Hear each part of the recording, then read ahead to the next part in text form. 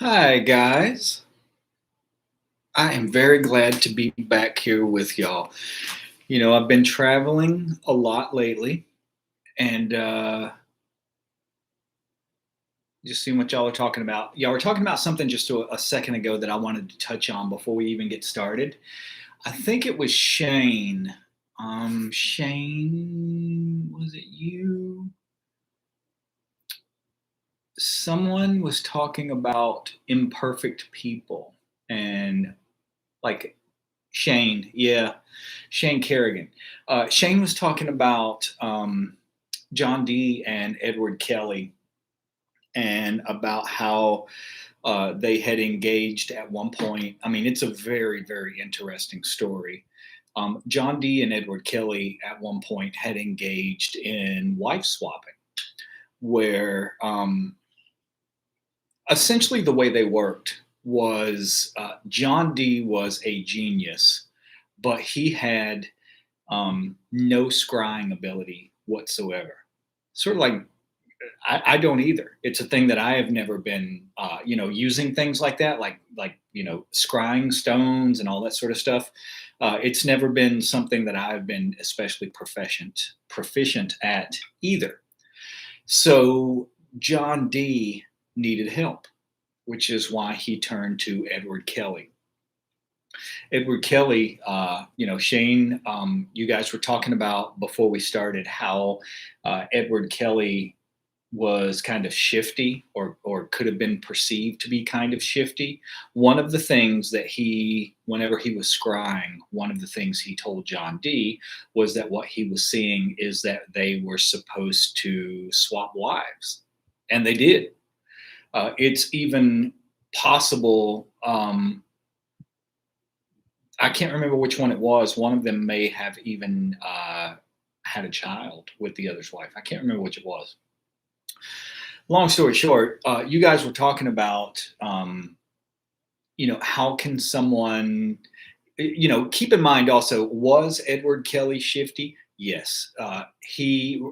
Most people have no idea where he came from, what his background was, anything else. The only thing that was really known about him is that his ears had been cut off.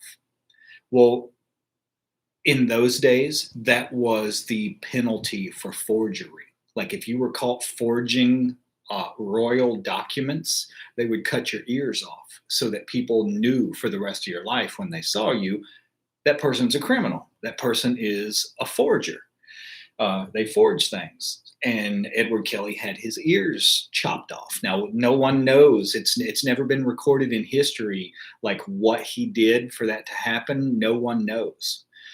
His background is a complete and absolute mystery. So was he shifty? Yeah, absolutely. But as far as like imperfect people being involved in spirituality and furthering, advancing like magical studies and things like that, uh, God doesn't use perfect people. First off, there are no perfect people. We're all imperfect in some way. There is no person right now talking, including me, that hasn't made mistakes, that hasn't screwed up, that probably hasn't done things in your life that you look back on and think, why the hell did I just do that? It's human nature. But when you look through, say, for example, the Bible, um, God doesn't use perfect people anywhere in the Bible. Even when you're talking about like Moses, when Moses is told, you're going to be the spokesman for the Hebrew people before Pharaoh, before the Pharaoh of Egypt, Moses says, why don't you choose someone else? I can't even speak properly. Moses had a speech impediment. He could not speak clearly. He stuttered, and God said, basically, well, here's a stick, here's a staff. Now go get doing what I told you to do. Uh, one of the reasons that God always chooses imperfect people is to demonstrate its power. You know, it has to, there's a scripture in the Bible that says God wants to do a new thing, or I want to do a new thing, is what it says. Well, in order to do, if you go where the herd goes, if you go where the masses go, then you will never see anything, you will never experience anything, and you will never be anything that the masses aren't. If you want to know something, do something, or be something that is beyond mediocre, that is beyond what the masses are focusing on, then you have to be kind of separate from the masses. That's the way new things get done. And I don't mean this in like a negative way, but a lot of times God uses what the world would look at as losers. God uses broken people, people that there is something wrong with, people that the world thinks there is something wrong with, people that the world thinks is flawed and imperfect. And they are.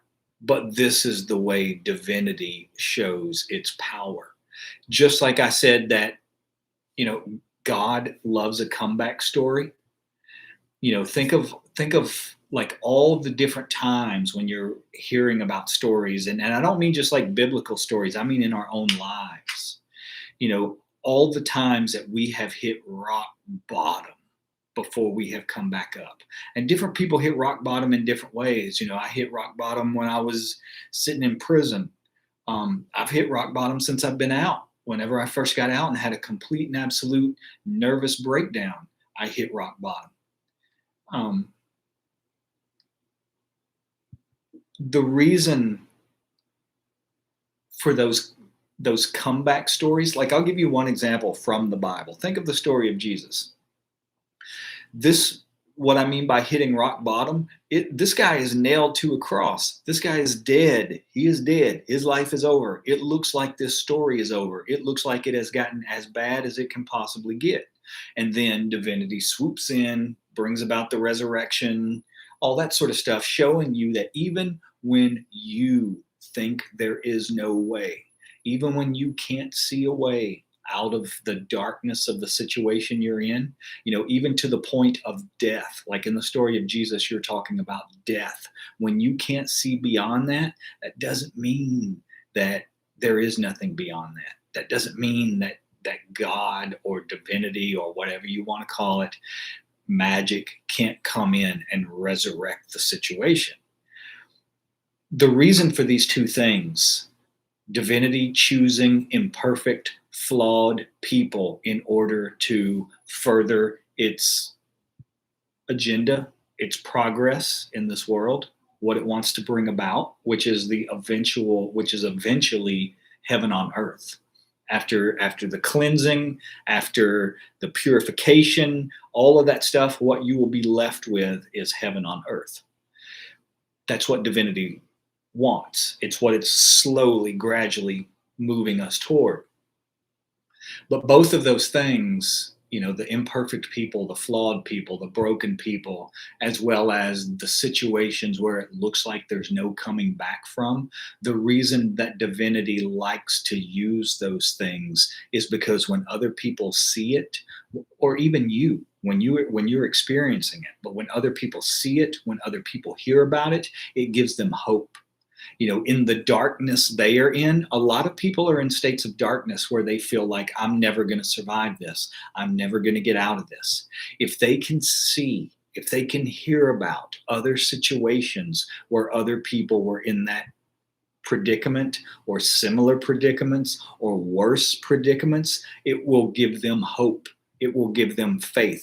They will know that even as dark as this situation is, as bad as this situation is, there is absolutely nothing that divinity cannot do. I was thinking about this a lot because, in addition to you guys talking about it before we came on, I've been in Utah. I just got home from Utah, and it's kind of set me off on an adventure. It really has triggered something in me um, that I did not expect. Utah was a place that I have never thought anything about whatsoever. If somebody would ask me, "What do you think Utah is like?" I would have said, "I have no idea, no clue. Mountains. That's all I know. There's mountains there." Um, did not know anything about Mormons at all. Didn't know anything about the place at all. But what happened is someone contacted me about speaking at I guess you would call it like a political conference in Utah, a conference that was filled with people from the prosecutors and people in law enforcement and people from the attorney general's office, people who are on what would be considered the opposite side of the fence from the defense. And I didn't know what to expect whenever I went there. It was incredibly eye-opening. First off, I really enjoyed the talk itself. It was very, very enjoyable, but I got so much more out of it than I thought I was going to. For one thing, no, here's the thing. I am not by any stretch of the imagination an expert on Mormonism, the Church of the Latter-day Saints, which is what it's also called, or any of that. This is something that I have just started to learn about, and it has been an incredibly eye-opening experience. I had no idea. Now, don't get me wrong. I'm not talking about your average Mormon on the street. Your average Mormon on the street probably understands as much about these texts and traditions and everything else as your average Christian understands about astrotheurgy. It's not like everybody understands this stuff or knows this stuff, but Mormonism was created by a magician. I have no doubt of this in my mind. When I started, first off, the temples, somebody just said, who was it? Someone was talking, it went by too fast. I can't see it. But someone was talking about Joseph Smith, who was they call him the prophet, the founder of Mormonism. How he was a Mason. He was a Mason and he was a practicing magician. The way he got, one of the things, some of the stuff that, first, I don't even know where to start. It's so mind blowing, and the rabbit hole that I've found myself going down. I haven't been excited about anything in a long time. And I'm actually excited about this. It's given me something to focus on in order to grow more. And I'll tell you what I mean by that in a minute. But let me start one thing at a time. Let me start with the temples. The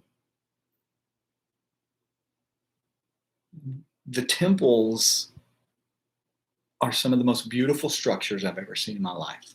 They rival anything ever any of the cathedrals ever created by the Catholic Church. As a matter of fact, I think the Mormon temples are probably some of the most beautiful structures I have ever seen. They were incredible.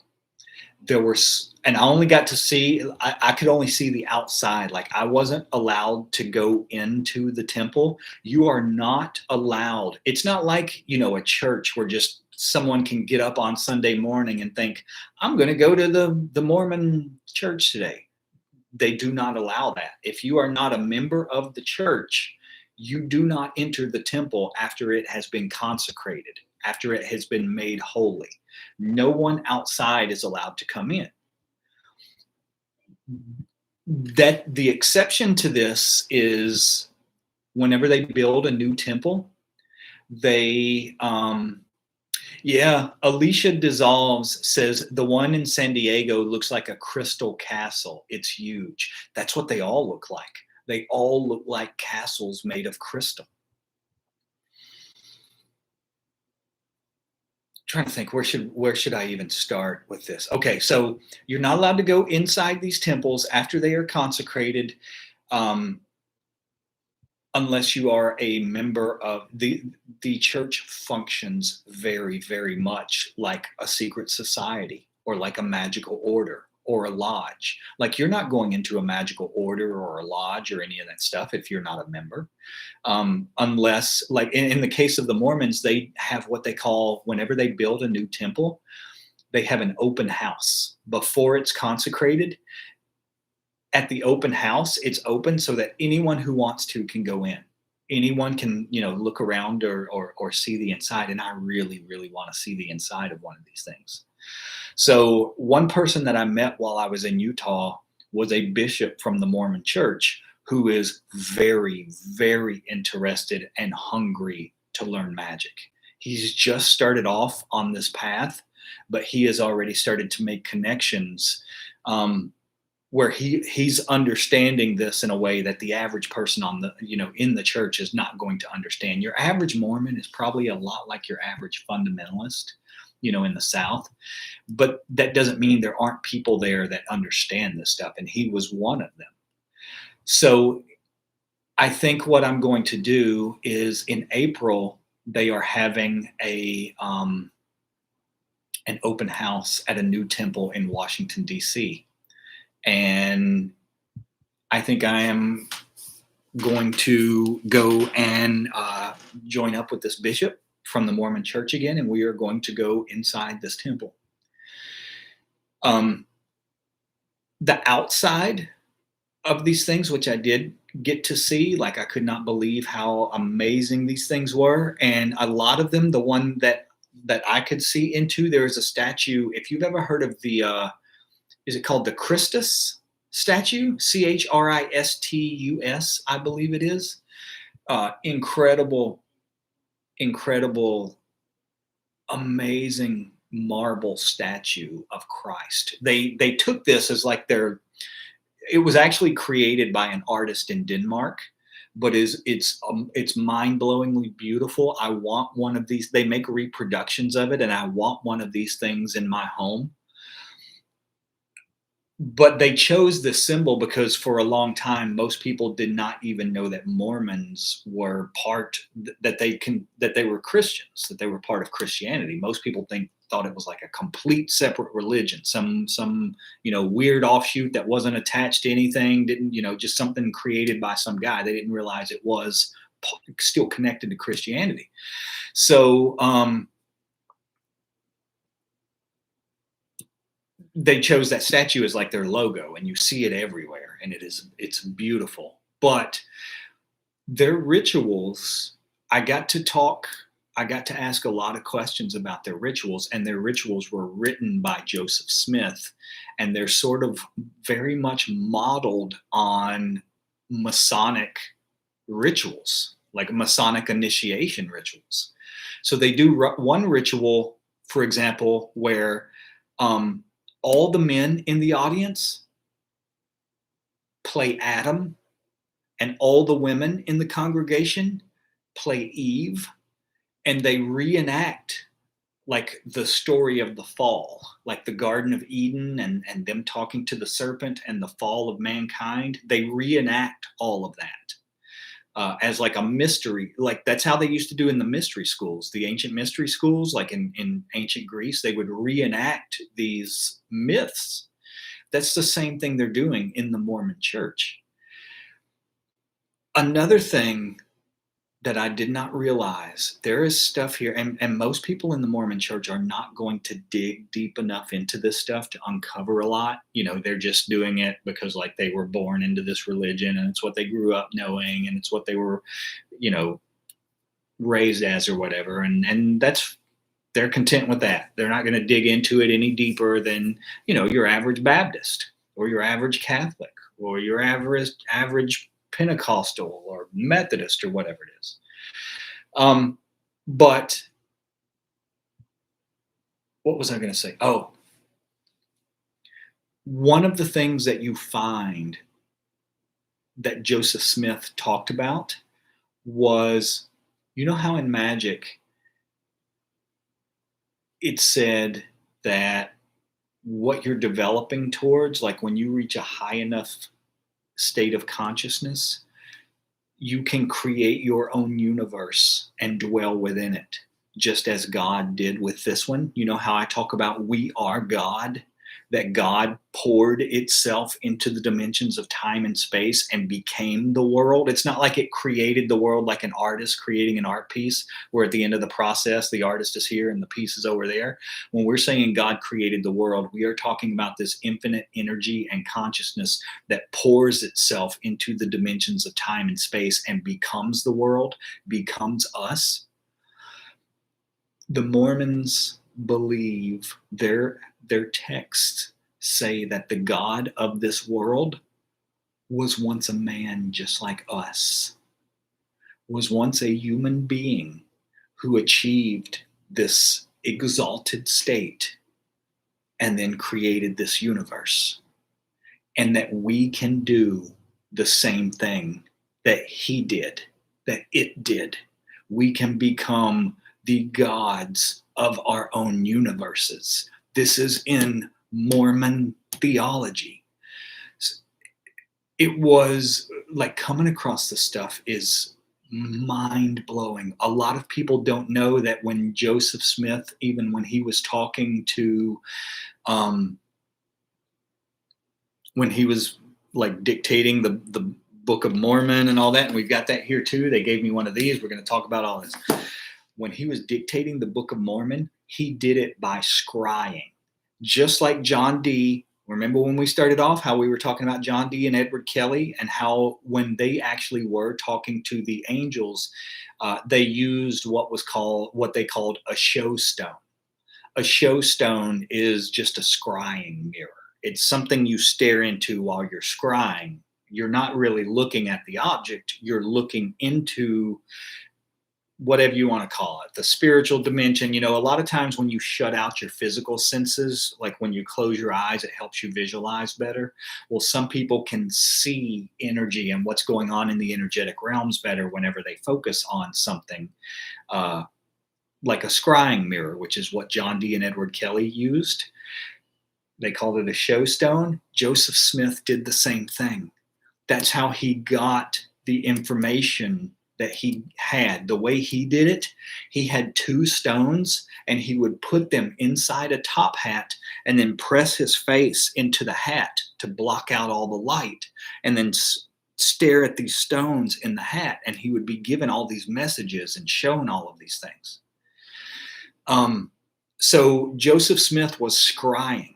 Not only was he practicing magic, was he practicing scrying in the spirit, as they call it, he was also writing these church rituals based on Masonic rituals. I had no idea how deeply intertwined magic and Mormonism was, that Joseph Smith was a practicing magician. Crowley met Joseph Smith and was fascinated by him. He knew that Joseph Smith had accomplished some of the major mile markers along the path of magic. When Joseph Smith is getting all this information, he keeps talking about an angel. Like an angel is giving him this information, and he called it, I believe it's pronounced like Moroni. It's the way I would say it because it's spelled Maroni. He had attained the knowledge and conversation of the HGA. That's exactly what that was. That's how he knew a lot of the stuff he knew, like about God once being a person just as we were a person who reached this exalted state and then created this universe. But when we're talking about God, what we're really talking about is the demiurge. Because if the God of this world was once a person like we were, like we are, then that is not the source of all creation. That person had to come from somewhere. God had to come from somewhere, from something, if it was a person before us. So there is something higher than God, is what they're saying. Well, that's because this thing that most people call God in this world is not the source of creation. Yes, it looks over this world, it runs this world, but it is not the source that everything in this world came from. The source that everything in this world came from is the same place that God came from, that the demiurge came from. Yeah. Is it Oliver? Oliver is asking, or Lex Oliver? I'm not sure how to say it. There's a lot of numbers and such in there. But is it, Oliver? I'm just going to say Oliver. Excuse me if I'm mangling it or screwing something up. Says, does Yahweh equal demiurge equal HGA? Yes. This is why in Thelema they say that God and the devil are the same thing. It's because the demiurge and the HGA are the same thing. The demiurge is, well, doesn't matter. But basically, Mormonism is teaching the exact same thing as Gnosticism. Hold on, what's Andrew talking about? Is it possible that the concept of the multiverse is really the multitude of universes created by those who had obtained a certain level in the path of magic? I don't think all of them are. Stuff like that is really, really hard to say. Stuff like that is it's really like saying which came first, the chicken or the egg. And the truth is that there's no way to answer that. There's no way to get to the bottom of that. It's possible, but who knows? Who knows? But one of the things, I wanted to tell you guys, one of the things, like this bishop from the church, like I really like this guy. We had a lot of really in-depth conversations when I was there. And this is something that's also very, very important to Gnosticism. Yes, exactly, Vegas Vamp. It's a time loop, isn't a line. Exactly. But when you start digging into Gnosticism, when you start digging into, and I don't mean like this, well, I'm just going to say that something that is very, very important to magic, something that is very important to Gnosticism, and something that is very important to Mormonism, all of them, is the Book of Enoch. Enoch describes to us kind of where magic came from. There's a lot of entanglement there. But I want to read you a couple of things out of here. And first off, this is an absolutely amazing. I got this from a bookstore there. They took me to a bookstore called Deseret, Deseret, Deseret Bookstore, and it's like the official Mormon bookstore. Where I don't know if you guys know about this or not. This was something that whenever I heard about it, I was like, "What? What are you talking about?" Mormons have special underwear. And it's like, this is something that you can find this stuff anywhere. Back in the old days, like the bishop was telling me, the pastor was telling me that like his grandfather, the underwear that they wear now are not the same as the underwear that older generations wore. Like he was saying that his grandfather's and it's like a priestly vestment is what it is. That's what these underwear are. They are basically like, they are the equivalent of like when you see that white collar on a Catholic priest, you know you're looking at a Catholic priest. That's his official uniform. The underwear are the same thing in Mormonism, but they wear it under their clothes. You'll see the same thing in Judaism. Like when you see a lot of those old school Jewish dudes in New York, you know, like the ones wearing the black coats and the hats, and they've got the locks and all that kind of stuff, you'll always see strings hanging out from under their clothes. And it's because they're wearing a kind of prayer shawl under it. It's kind of the same, in the same vein. It's worn under your clothes. But they said back in the old days, like his grandfather, the underwear that they had to wear, first it's one piece. It goes all the way from your neck to your ankles. It's long sleeve, goes all the way down your arms, all the way to your wrist, is a one piece, goes all the way down to your ankles. Like I asked him, I said, how do you use the bathroom in it? And he was even telling me, like, you know, most people in the church would not talk about this stuff. Like if you start asking them about their underwear, they're just going to not talk. And who can blame them? You know, who wants some weirdo asking you about your underwear? But he was saying, like, for example, in those days, like you were never supposed to take these off. Never. And I asked him, like, well, how do they use the bathroom then? And he said there were two holes. In the back, there was like a flap, you know, like in the cowboy days, how they wore those like onesies, what do you call them? Thermal underwear.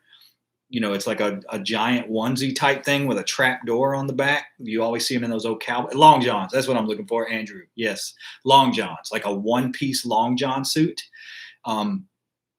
That's what they were like. He said you did not even you didn't take them off to take a bath.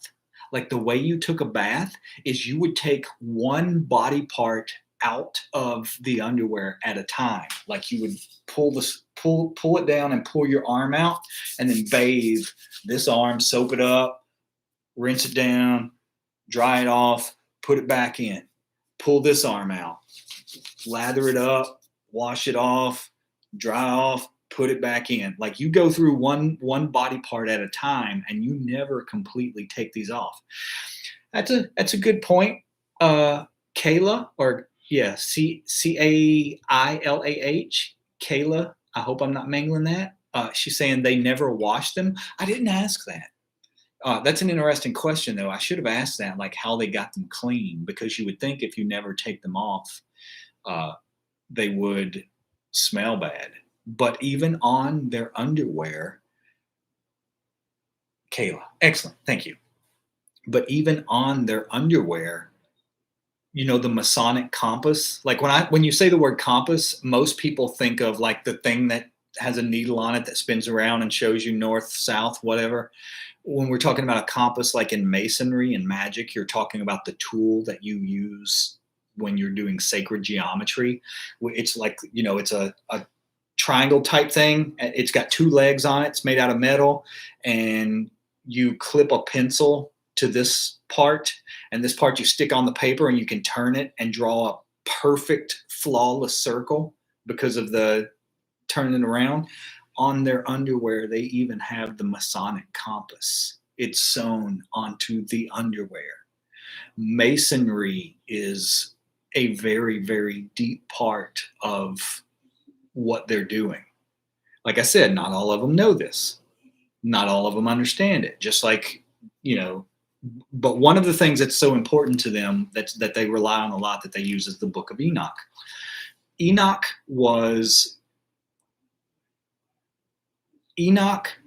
Daniel, Ezekiel, and John the Revelator. John the Revelator is the guy who wrote the Book of Revelations. Those are probably all four of these prophets described the process of magic. Like when you're talking about Ezekiel, and we'll get to that in just a second because I want to read a little bit out of here to you guys. Yeah, Enoch, they say Enoch became the archangel Metatron. When we're talking about the tree of life and when we're invoking Metatron, most of the time humans and angels were seen as two different things.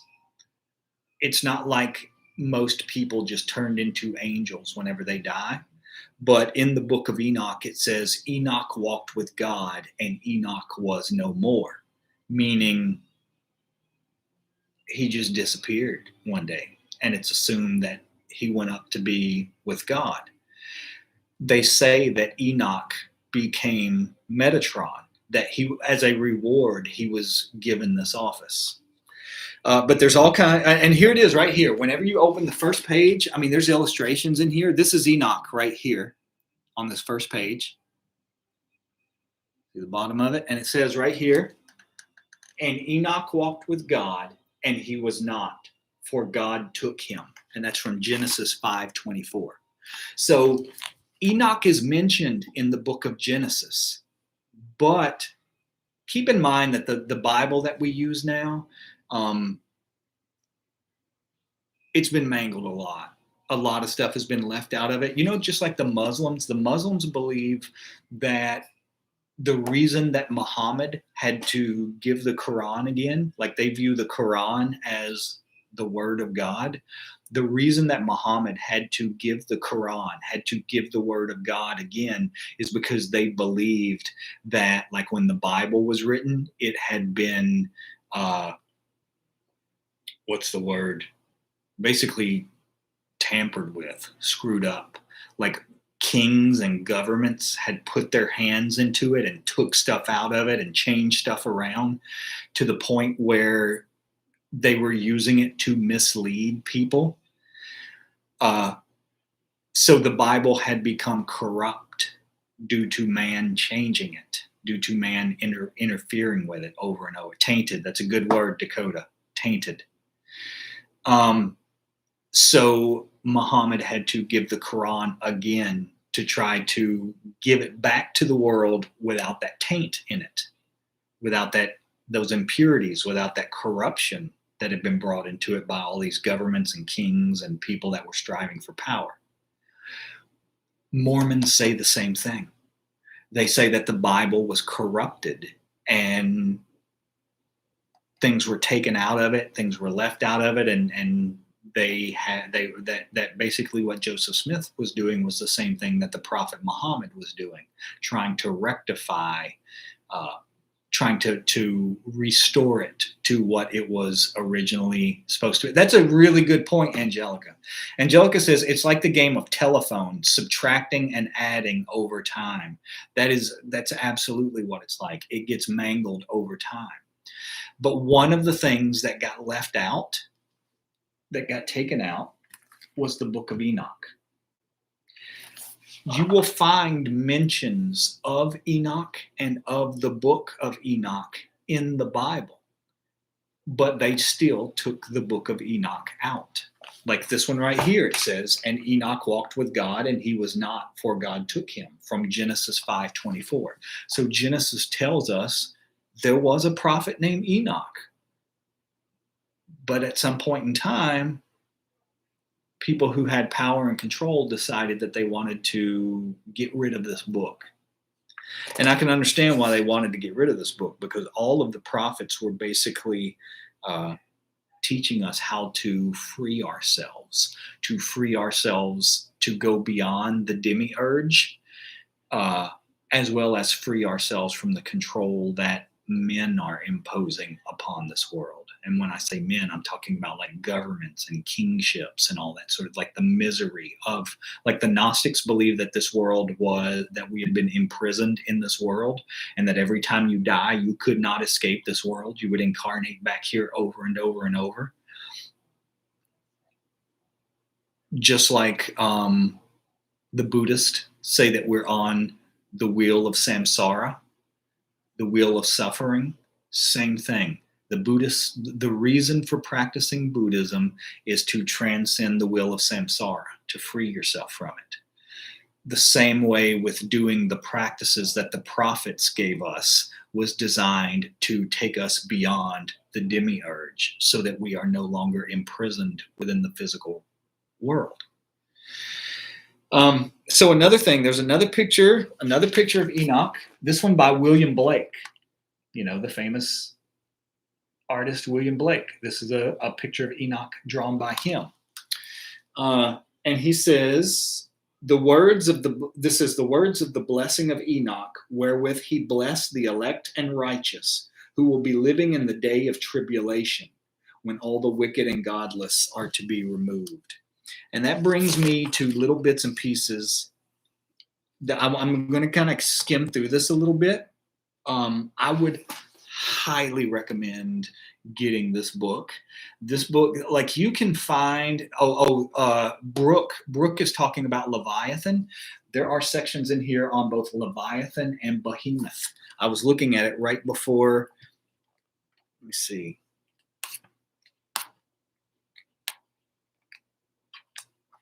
Let me see. There was something else that I think you guys would really, really be into. And this is kind of the whole reason for the Bible. The fallen angels. They're all discussed and named in the Book of Enoch. But I'm going to read you something. This gives you this is just a paragraph that gives you an idea of who Enoch was and what he was doing and what his role was and all this. It says, Enoch, born in the 7th generation from Adam. So he was the 7th generation after Adam. If Adam is the 1st generation, 6 more generations. So he's very close to Adam in time. He says, Enoch, born in the 7th generation from Adam, was the grandfather of Noah. So the guy that Noah and the ark, the story in the Bible, Enoch was his grandfather. One of the greatest prophets in the history of the world that completed the great work was Noah's grandfather. That's where Noah comes from. Enoch prophesied concerning the judgments on mankind. And if you want to see the judgments on mankind, it says see Jude 14 and 15 and 1 Enoch 1:9. Enoch says his prophetic words were not for his generation, but for a generation of elect and righteous people far in the future that would be living in the day of tribulation, when all the wicked and godless are to be removed. He compiled his visions and prophecies into a book of parables and then passed the secrets on to Noah. So Noah became what he was because he was taught by the prophet Enoch. Noah was taught by a man who completed the great work. One of the things you find in the 2nd book of Enoch, yes, Vegas Vamp, that is exactly right. In the time of tribulation, tribulation means a great hardship. We are in the time of tribulation right now. What the Book of Revelation calls tribulation, we are in that right now. We are going to be in that for probably the next 100 years. But yeah, that's what they're describing. The age of Aquarius, exactly right. Is the demiurge trying to keep us here? That's a good question, Alex. Yes, that's its job. But it's not necessarily evil. Think of it more like a prison warden. A prison warden is not necessarily evil because they don't want people escaping from prison. Usually people are in prison in theory. Theoretically, people are in prison to be changed. They're not in prison to be punished. They don't call prison the Department of Punishment. They call prison the Department of Correction. Prison was not created to inflict pointless suffering on people the way we want to use it now. I always tell people, like, in society now, we have this idea like prison is to hurt people, to punish them for what they've done, to make them regret it in some way, or to inflict, pain and suffering on them for what they've done, like an act of retribution.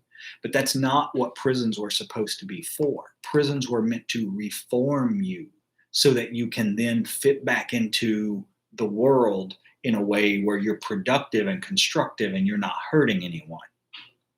That's what a prison was meant to be for. A prison was meant to improve you. However, usually the people that find themselves there, they don't even realize that they need to improve yet.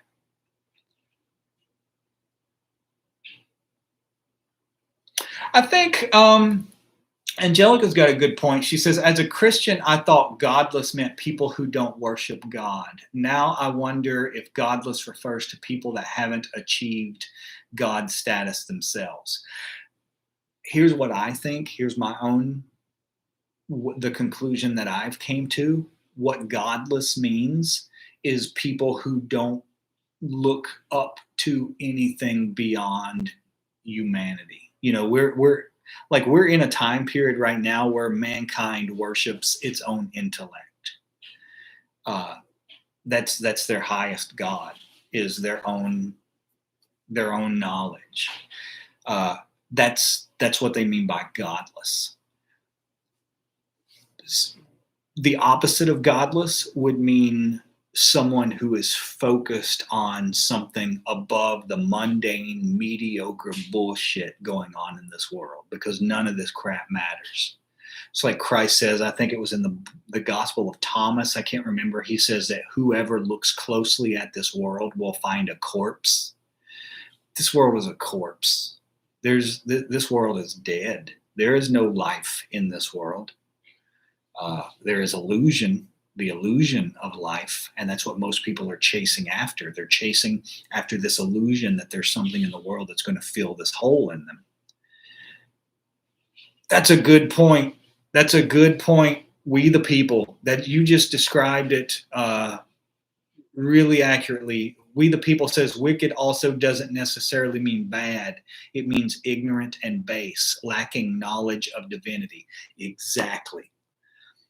Someone asked me, like when I was talking to someone recently about going and meeting, all these Mormons and learning all this stuff about them, someone asked me, do you feel that you could relate to them?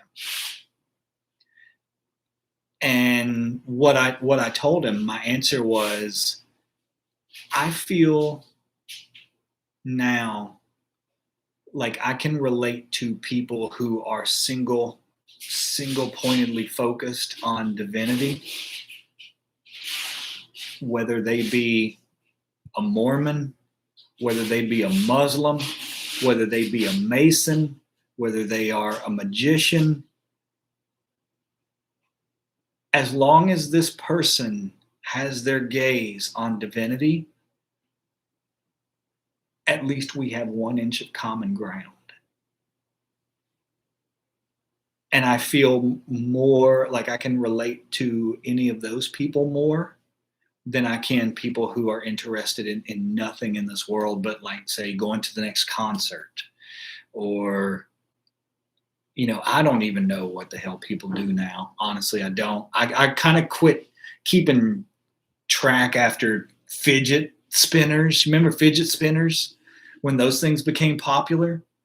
Like I would see those everywhere, those little things that people hold in their hand and spin around, and I'm not sure what the point of those things were, but like they were huge for a while in New York. You would see them everywhere. You would see people get on the subway selling them. Like a guy would get on the subway with a garbage bag full of fidget spinners.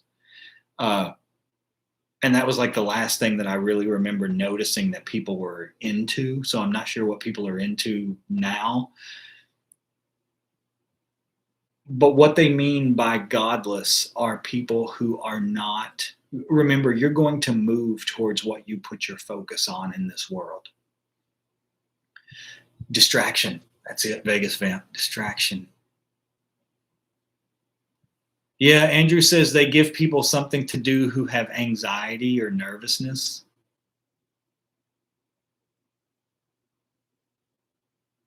Yeah. I forgot what we were talking about, but there's more things in here I wanted to tell you. Hold on one second.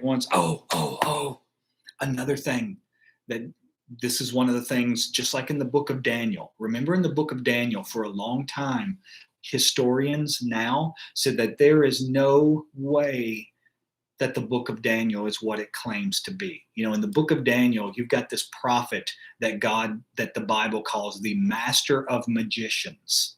That's what the Bible calls Daniel. It calls him the master of magicians. He was trained by the Sumerian priests, what they call the Chaldeans. And he pretty much gives the exact same information that you will find in the book of Revelation. The book of Daniel and the book of Revelation, when they're talking about these prophecies, they are describing the exact same events. They just give slightly different iconography or symbolism, you know, like that they use different beasts, you know, like lions and leopards and dragons and all this kind of stuff, but they'll both talk about beasts with multiple heads and things like that. It's because they're talking about the same thing.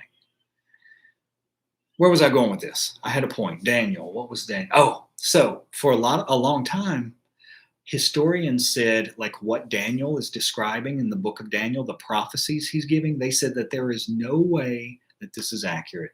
No one could have described all these empires that were going to rise and fall. You know, he's describing the Roman Empire and the Greek Empire and all the stuff, like stuff that would not happen until after he was gone. Historians said there is no way that this is real. This has to be like a forgery. Like someone wrote the book of Daniel after those things happened and then tried to make it look like it was written before. That was what they always claimed. Until one day, if you're familiar with the Nag Hamadi Manuscript, the Nag Hamadi Manuscript was found by a young boy who was sent out one day in Egypt by his family. This was in the 50s, I believe, somewhere between the 20s and the 50s, 1920s and 1950s. I can't even remember the exact year anymore. But he goes out to find stuff to burn to keep his family warm so that they can cook over the fire. And he finds in a cave these clay jars full of scrolls. And unfortunately, the family burned a lot of them because they were cold and they needed to cook their food. So they were burning these things before anybody figured out what they were. When they figured out what they were, they realized that it was like books of the Bible that had been unchanged. Like these things had been sealed up in this cave, in these jars for God knows how long, untampered with by mankind. Well, one of the books they found in these jars was the book of Daniel, and it was almost exactly word for word as it is now, meaning it was proof that it was written when it claimed to have been written. Angelica says 1945. Excellent. So in 1945, they find these scrolls that have been untouched by humanity for eons. When they open them up, they find that, yes, there is a copy of the book of Daniel in here, as well as some other stuff. But this book of Daniel is almost exactly the same form that it exists now. So that was proof that, yes, it was written when it said it was written. Somehow it described these events before they happened. Seems kind of miraculous, right? The same thing happened with Joseph Smith. Joseph Smith started talking about the Book of Enoch before it was ever made public, before anybody knew anything about it, before they've ever discovered it, before they're, deciphering it, translating it. He was talking about all of this stuff before anybody knew anything, before the books of Enoch were discovered or came to light or any of that stuff. He was doing the same thing. He's describing what's in the book of Enoch before they find it. That's how you know that what he's doing is real. Now, I'm not telling you have to like religion. I don't particularly care for religion. I don't particularly care for religious people. And I don't care if it's Christian, I don't care if it's Muslim, I don't care if you're pagan, whatever it is. I think there's always going to be faults, and there is always going to be impurities, and there is always going to be corruption within the system. The system is always going to be filled with people who don't understand what any of the texts mean, that are just, they want to be part of something, or they're looking for something to worship outside themselves. That's not the stuff I'm talking about here. A lot of people have problems with the Catholic Church. A lot of people have problems with the Mormon Church. A lot of people have problems with a lot of things. It's almost irrelevant when you think about what the people who don't understand this stuff are doing. It's almost irrelevant when you're talking about the wanting to use this stuff to complete the great work. Let me see. There was something else I wanted to read in here to you. One second. But that's a weird. Also another thing. Before I forget, I am not the only one who. Yes, Jen. Jen says if you look for problems, you'll always find them. Yes, I'm not endorsing any religious, institutions. Is what I'm saying. What I am saying is that if you can let go of your biases, if you can let go of the axes that you have to grind against these things, then you can find profound wisdom in them. You won't care about what this stuff means to other people or how other people are misusing it or anything else. This is your journey. Completing the great work is not a group activity. I've said that over and over and over. There is no church that you can join that is going to allow you to complete the great work. There is no order. There is no lodge. None of this stuff that is going to allow you to complete the great work. The only thing that is going to allow you to complete the great work is your own efforts and the knowledge from people in the past who have already done this work and left it here for us to find in order to help us do what they have already done. One of those people was Enoch. So I'm not telling you, any churches. But the thing about Crowley, that's what I was getting to. Google their names together. Google or use whatever you're going to use. Like I say Google because it's the thing people say all the time now, but actually I prefer to use like DuckDuckGo just because it doesn't track you as much, the way that Google does. They don't sell your information. And Google is so heavily censored now that a lot of times when you Google when you search for the same thing on Google and DuckDuckGo, they will give you different what's the word? Not responses, different websites, different things to look at, because Google is so heavily censored that you don't see some of the stuff that you can find on the other websites. So what I use is DuckDuckGo. Go to something like DuckDuckGo, or even use Google if you want to. Search for their names together. Search for Aleister Crowley, Joseph Smith, and you will find all, like, I am not the first person that started figuring this out by any stretch of the imagination. People have written their thesis on Joseph Smith and Aleister Crowley, the similarities between Thelema and Mormonism. Like, a lot of people have noticed this and drawn these connections. But let me see. What else was it I was wanting to... here's one thing. Joseph Smith claimed that he received a revelation indicating that a Book of Enoch would later come forth to testify of those revealed writings would be confirmed by a remarkable discovery made by James Bruce of the House of Kinnaird, Scotland, 1730 to 1794. a Scottish traveler and writer who spent more than a dozen years in North Africa and Ethiopia, where he was the first European to trace the origins of the Blue Nile. In 1768, he arrived at Alexandria, Egypt, having resolved to endeavor to discover the source of the Nile River, which he believed to rise in Ethiopia. In 1773, he returned to Europe after living 6 years in Ethiopia with 3 copies of something called Ge'ez, an ancient South Semitic language version of the Book of Enoch. One copy was preserved in the Bodleian Library at the University of Oxford, England. Another was presented at the Royal Library of France, while the third was kept for himself. So basically, Joseph Smith was saying that he was receiving a revelation that indicated that the Book of Enoch was going to be found, that the Book of Enoch was going to be known by the world. And sure enough, you've got this discoverer that found it after Joseph Smith was telling the world what was in it.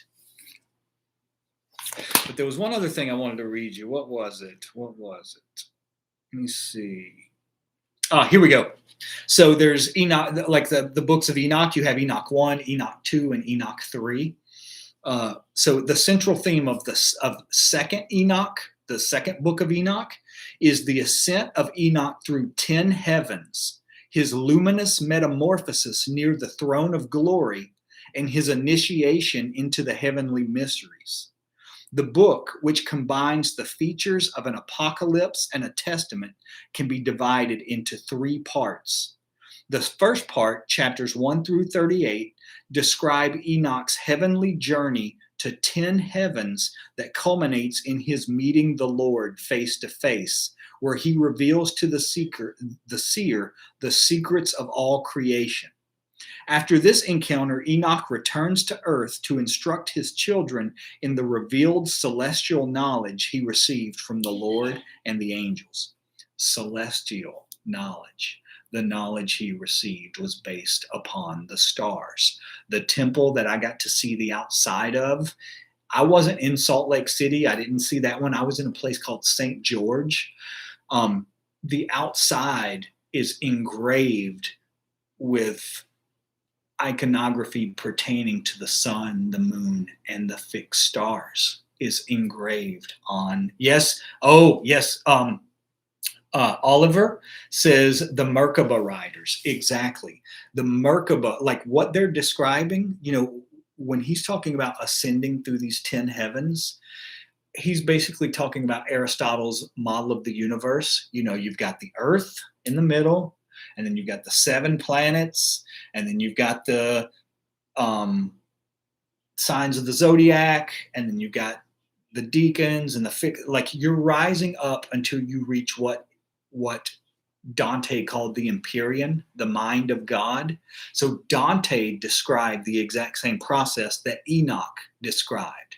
These things they're telling you how to do this. Even Ezekiel talks about the Merkaba. Merkaba means chariot. It's the chariot that he used to reach the throne of God. And it says this chariot was pulled to the throne of God by the 4 living creatures, the lion, the bull, the man, and the eagle, the Lamassu. The Merkaba is your aura. He was doing the supreme invoking ritual of the pentagram. Those are the 4 living creatures that you're invoking when you do that. Your Merkaba, the chariot that will take you to the throne of God, that will allow you to experience the Empyrean, the mind of God firsthand, is your own energy system, your own aura. That is your chariot. That is exactly what Enoch was doing when he's talking about ascending through all these. You can experience this yourself. I have seen these things. I have experienced the exact same things that Enoch described. I have experienced the exact same things that Ezekiel described. And there is nothing even remotely special about me. Anyone can experience these things if you give enough time, commitment, dedication, and study and practice. You've got to want it. You've got to want it really bad. But there is nothing that these people experience that you can't also experience. But that's what Enoch is describing. He's describing his ascent up through these different levels of reality, or activating these different levels of his aura. Yes, just reading what you guys are talking about. So are you starting to kind of see why I started going down a kind of rabbit hole with this? And I'll tell you something else. I really do feel almost like I am starting a new journey, starting a new voyage, learning all of this amazing new stuff. I'm going to meet up with this pastor in Washington, D.C. in April, and we are going to go to an open house for a new temple that they're opening in Washington, D.C. You know how I used to go every day? You know how we become like what we surround ourselves with, and how I used to go and sit in cathedrals every day. How I used to go to the cloisters, I used to go to the Met, and I used to go to churches. I wanted to be in that environment all the time. I would go and sit in those places because I wanted to absorb the energy of it, to have it affect my consciousness, to make me grow.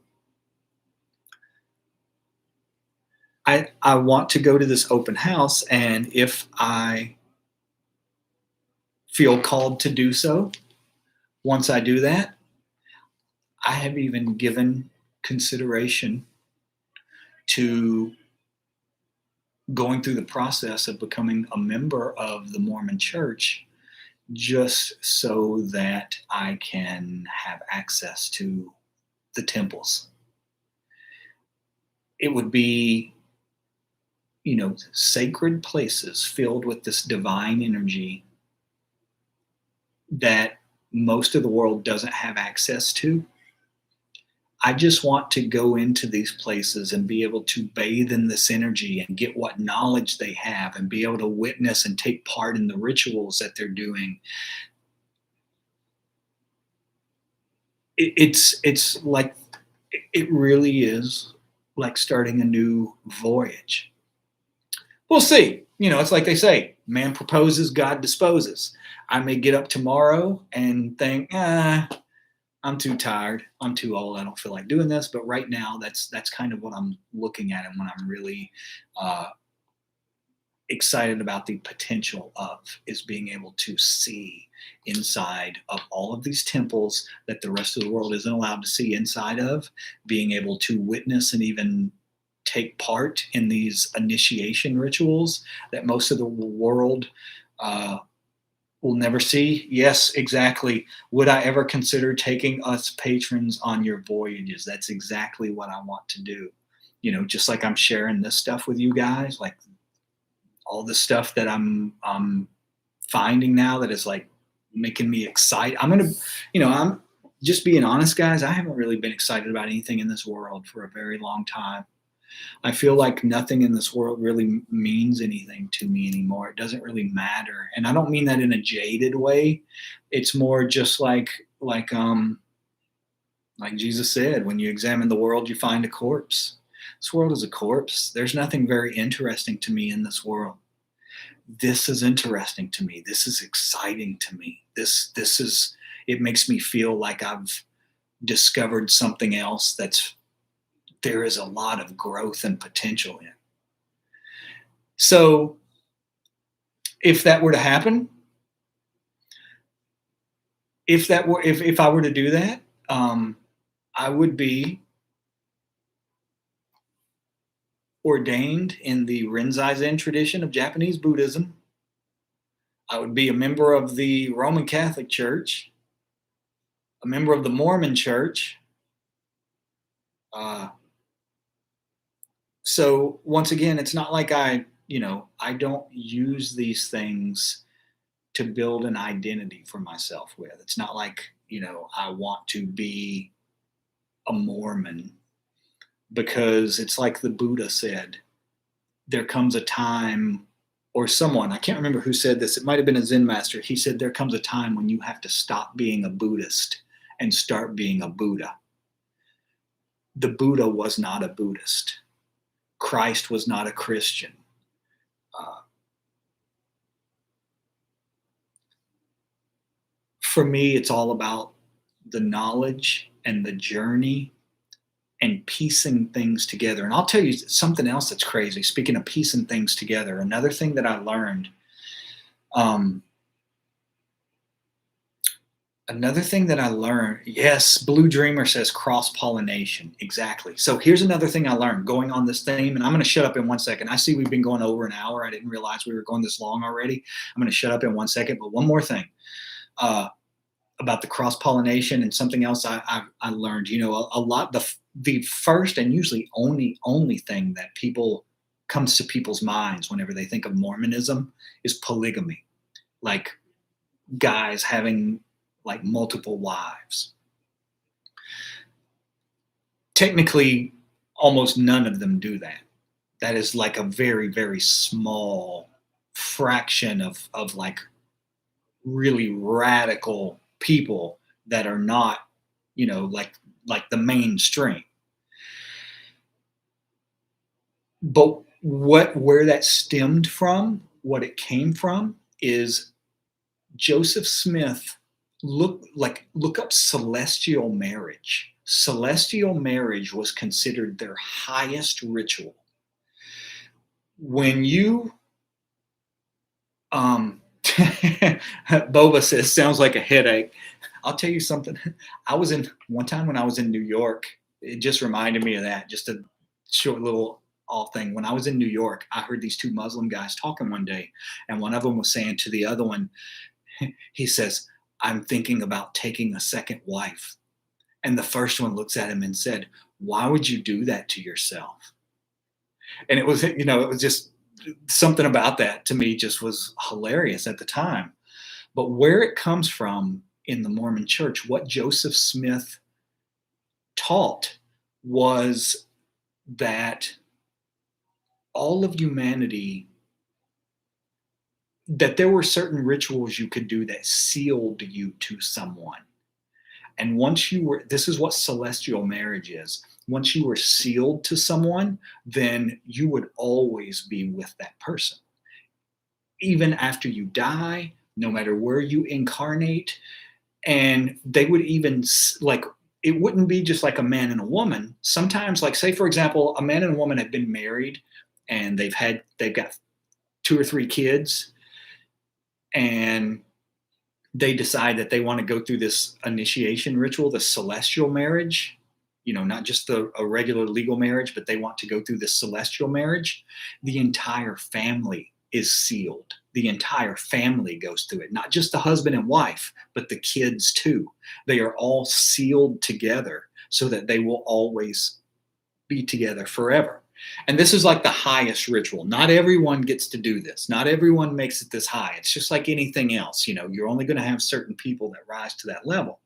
But what Joseph Smith was doing, he sealed himself to, no one even knows how many people. It could be hundreds, it could be thousands. He sealed himself to men, he sealed himself to women. He believed that humanity was supposed to be one unbroken, sealed lineage all the way back to Adam and Eve, all the way back to, you know, the creation story, that we are supposed to be one unbroken, sealed lineage all the way until now. And that was kind of where the polygamy stuff developed later. Like on a spiritual level, it didn't have anything to do with like sex or whatever. It had to do with sealing souls together to make one thing. Seal them together like trees in one thing. Okay, I'm gonna shut up for now because I just got a thing on my computer popping up. I didn't know that. Gypsy Sunshine says maybe that's why genealogy is so important to them. I did not know that genealogy was important to them. So, like I said, I'm still learning stuff. Yeah, that's a good point. I don't know how to say your name. I'm sorry if I mangle it. Radatosakor says another practice they do in temples, and I've been part of this as many LDS youth, is baptizing the dead. That's another thing they told me about. They told me that sometimes, like if someone has died without being able to be baptized, people will act as a stand-in for them so that they can baptize the dead. So, like for example, if someone in your family, like let's say your grandfather died and he was never baptized, and you can be baptized in his place for him, like a stand-in, just like in Reiki. Whenever they'll do Reiki, they'll do the energy work on a doll. They'll take a doll and do the energy work on that, and they're using it as like a proxy so that the energy still goes to the person, not the doll. Same way, the baptism doesn't go to the person, it goes to the dead. It goes to the person they're sending it to. And you're acting like the doll. You're acting as a stand-in for them. Okay, guys, I'm going to shut up because we've been going for an hour and 15 minutes, and I just saw a thing pop up on the screen telling me my connection is unstable. I haven't started reading the Book of Mormon yet. It is next on my list. Right now, I'm still going through here. This is, I haven't been this excited about reading anything in a long time. Like I've told you guys on here before, I don't really even read anymore. Yeah, like most of the stuff that I'm reading to you guys is stuff that I read in the past that meant something really great, that had a profound impact on me. This is like the first new stuff that I've really read in a long time. So I'm going to keep reading this, hopefully find a bunch of really really great things to read you guys. There's all kinds of stuff in here about the fallen angels. Just so much stuff. It's crazy. So I'm going to keep reading this and hopefully find stuff to read y'all. But also, and this is another thing. If you're interested in the book of, here's where the Book of Mormon comes from. One last thing, and I swear to God, I'm shutting up. They believe that after Christ was crucified, he appeared over here in America, in the Americas, North and South America, and continued his ministry, continued to do things here. And that story is contained in the Book of Mormon. The reason I'm showing you this one, this is the one that the pastor told me is probably the best one, the best version, because it's not broken up like the Bible. You can read it almost like a story. It's like the story going, from beginning to end. You can read it almost like a novel instead of like the dry, boring, broke up stuff. So I haven't started this yet. This will be the next thing that I start after I finish the Book of Enoch. There was it doesn't matter. But that's what hopefully I will find more stuff in here to explain to you guys, to talk about, that I am really excited about. But we're also going to go back to, there's a little bit more. I realize we're into November now. We're past October. We're past all the haunted stuff. But there's still a couple of more things in here that I want to cover, the Psychic Vampire Codex. So we're going from the Book of Mormon to the Psychic Vampire Codex. We're all over the map, from point A to point B. We're talking about vampires, fallen angels, prophets. But there's a couple more things in here that I want to read to you that is really, really, it was really, really useful for me. It was part of what helped save my life. Techniques and practices in here. And I want to cover those couple more things before we give this up, even though we're past Halloween. Okay. I am going to cross-pollination. Yes. Full spectrum and cross-pollination. Yes, we're going from vampires to Mormons. Okay, I'm going to shut up, let you guys get off of here because we're almost at an hour and 20 minutes. Thank you guys so much for bearing with me and being part of this journey. That's what Patreon is. That's what we're doing on here. This is a journey. We're all constantly learning and moving forward, and we're doing it together. And I appreciate you guys taking this journey with me. It means a lot, and I am very grateful for you. Hopefully also in the near future, I will be able to give you an update on. I don't know who I'll give you an update on the case. I do not know who the exact author of the Book of Enoch is, because most prophets don't write a lot of the stuff. It's people that they teach and that they tell things who actually write it for them. So I'm not sure exactly who the scribe was. Okay, guys, I love y'all, and I'll talk to you in a few days. Bye-bye.